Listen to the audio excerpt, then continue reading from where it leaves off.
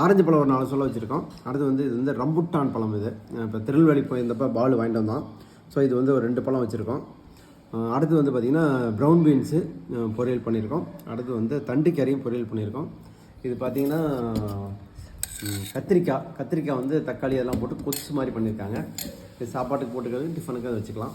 Plus இன்றைக்கி வந்து பார்த்திங்கன்னா பழைய சோறு வச்சுருக்கோம். பழைய சோறு வந்து மிளகு சீரகம் எல்லாம் போட்டு வச்சுருக்கோம். ஸோ இதுதான் இன்றைக்கி நம்மளுடைய காலை உணவு. இப்போ 4 நாள் திருநெல்வேலி போய்ட்டு இருந்ததுக்கப்புறம் அப்படியே கொஞ்சமாக பாடி செட் ஆகிடுச்சு. அப்படியே நம்ம நார்மல் ஃபுட்டுக்கு வந்தாச்சு. ஸோ இதுதான் இப்போ சாப்பிட்டுட்ருக்கோம். அப்போ நிறைய பேர் வந்து எங்கே போயிருந்தீங்க அப்படின்னு கேட்டாங்க. அந்த இடத்தோட பேர் என்னன்னு கேட்டாங்க. ஆக்சுவலாக அது வந்து பார்த்திங்கன்னா சிவசேலங்கிறது ஒரு அந்த ஏரியா பேர். திருநெல்வேலியிலேருந்து கிட்டத்தட்ட ஒரு 65 கிலோமீட்டர் தூரத்தில் இருக்குது.